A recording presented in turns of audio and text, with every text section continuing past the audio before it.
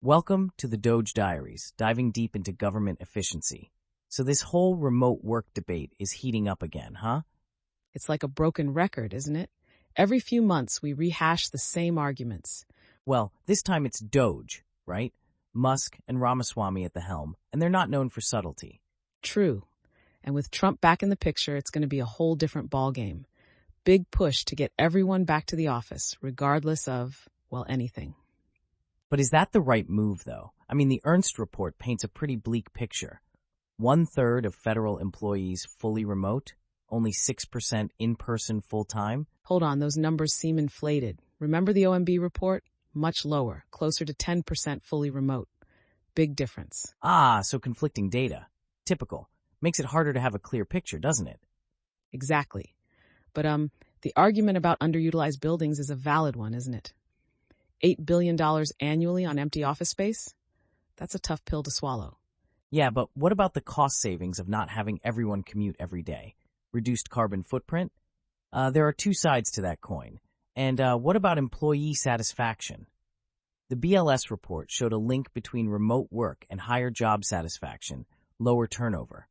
Oh, really? I thought the Stanford study actually pointed to lower productivity with full remote work. Something like 10%, if I recall correctly. They did, but they also said hybrid work didn't impact productivity. And a lot of companies prefer hybrid for attracting and retaining talent, right? Plus, easier to recruit from anywhere. Wider candidate pools. That's a good point. So maybe a blanket ban isn't the smartest approach? Maybe not. It seems like a nuanced problem that needs a nuanced solution, not just a one-size-fits-all mandate. Definitely. There's a lot to unpack here, and DOGE is just getting started. A lot to see how this all plays out. So this DOGE initiative, spearheaded by Musk and Ramaswamy, it's really shaking things up, isn't it? It is. A 75% reduction in the federal workforce, $2 trillion in spending cuts? That's drastic. Where did those numbers even come from? Well, they've been hinting at those figures in interviews and on social media. Pretty bold claims. Bold is one word for it. But Blackburn's DOGE Acts seem to be echoing some of those sentiments, right? Freezing federal pay, relocating agencies. Yeah, the Show Up Act is a big one. Forcing agencies back to pre-pandemic telework levels within 30 days. A hard push against remote work. But is that really necessary? I mean, we've talked about the conflicting data on productivity. The Stanford study showed a drop for full remote, but hybrid didn't seem to have an impact. True, but the Ernst report paints a pretty grim picture of underutilized federal buildings. $8 billion a year? That's a lot of taxpayer money.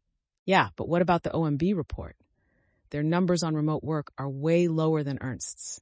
Only 10% fully remote, according to them. It's a mess of conflicting data. Makes it hard to get a handle on the real situation. But regardless, this push to get everyone back to the office seems a bit heavy-handed. Especially when you consider the potential benefits of remote work.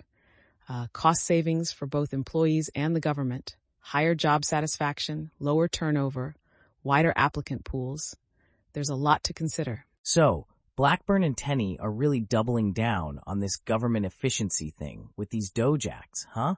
Yeah, seems like they're trying to ride the wave of Musk and Ramaswamy's DOGE department.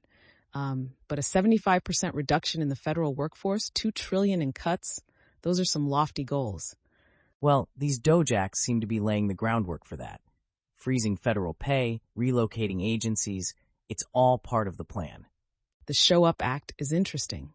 Forcing everyone back to the office within 30 days seems a bit drastic, no? Well, they argue it's about accountability, making sure people are actually working, and they cite the cost of those empty federal buildings. Right.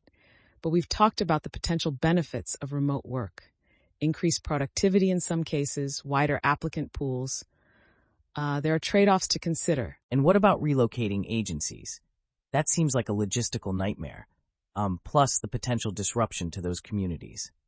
Yeah, decentralizing power sounds good in theory, but the practical implications are huge. Who decides which agencies move where? What about the impact on local economies? So, Senator Blackburn's DOGE Acts are causing quite a stir, huh? 5 separate bills, all aimed at trimming the fat in government. Yeah, ambitious stuff. A federal pay freeze, relocating agencies, performance-based pay, it's a pretty aggressive approach. But is it realistic? Well, she's citing wasteful spending as the justification, trying to appeal to taxpayers, I suppose. I see. So this Federal Freeze Act, freezing federal pay, that's going to be a tough sell, isn't it? Especially with inflation. Probably. But they're making exceptions for law enforcement, national security, and public health. Trying to soften the blow, I guess. And relocating agencies. That seems like a logistical nightmare. Who decides which agencies move where? What about the impact on local economies? Good questions. The bill calls for a study to look into all that. Financial efficiency, existing infrastructure, related industries. Sounds complicated. Definitely. And this performance-based pay, how do you even measure performance for some federal jobs? It's not always clear-cut, is it? No, it isn't. But they're framing it as a way to improve productivity and accountability. A 5-year pilot program, apparently. Interesting. And the Show Up Act, forcing agencies back to pre-pandemic telework levels, seems a bit heavy-handed, no? Yeah, a bit.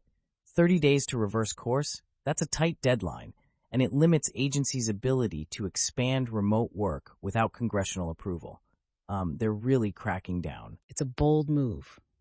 And these across-the-board spending cuts, 1%, 2%, 5%, that's a lot of money. But again, defense, homeland security, and veterans affairs are exempt. So sparing the so-called essential services. It'll be interesting to see how this all plays out. A lot of moving parts. Definitely. Blackburn's clearly trying to make a statement with these DOGE Acts. But whether they'll actually achieve their goals, well, that remains to be seen. So these DOGE Acts, they're really pushing this back to the office narrative, huh? Kind of flies in the face of what a lot of companies are doing. Yeah, it's interesting. They're claiming it's about accountability and efficiency. But is presenteeism really the best measure of productivity? Good point. We've seen studies that suggest otherwise. And what about this whole relocating agencies thing? Moving them to the heartland? Sounds like a logistical nightmare, frankly. Yeah, who decides which agencies go where? And what about the impact on the employees? Uprooting their lives, families, it's a big ask. Not to mention the potential disruption to local economies. Some towns might benefit, sure, but others could be devastated. Exactly. It's a complex issue with a lot of unintended consequences. And then there are these across-the-board spending cuts. Sounds good in theory, but where do they cut? Essential services, social programs. It's easy to say cut spending, but much harder to actually do it responsibly. Right? And this hiring and pay freeze, that's going to hurt recruitment and retention, especially in a competitive job market. It might even make the government less efficient. It seems counterintuitive. You want a smaller, more efficient government? You need to attract and retain top talent. Freezing pay isn't the way to do it. No, it isn't. So while these DOGE Acts might sound appealing on the surface, there are a lot of potential downsides to consider. Definitely. It'll be interesting to see how this all plays out in the long run. Thanks for joining us on the DOGE Diaries. Until next time, this is signing off. And this has been. Thanks for listening, everyone.